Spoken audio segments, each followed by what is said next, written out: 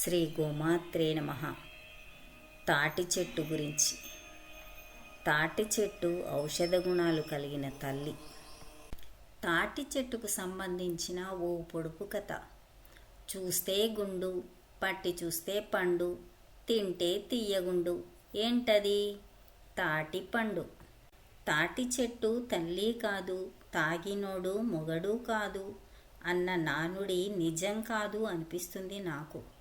నిజమైన తాటి చెట్టుకు సంబంధించిన కళ్ళు కానీ, పండు కానీ, ముంజలు కానీ తగిన మోతాదులో తీసుకుంటే అనారోగ్య సమస్యలు ఉండవు.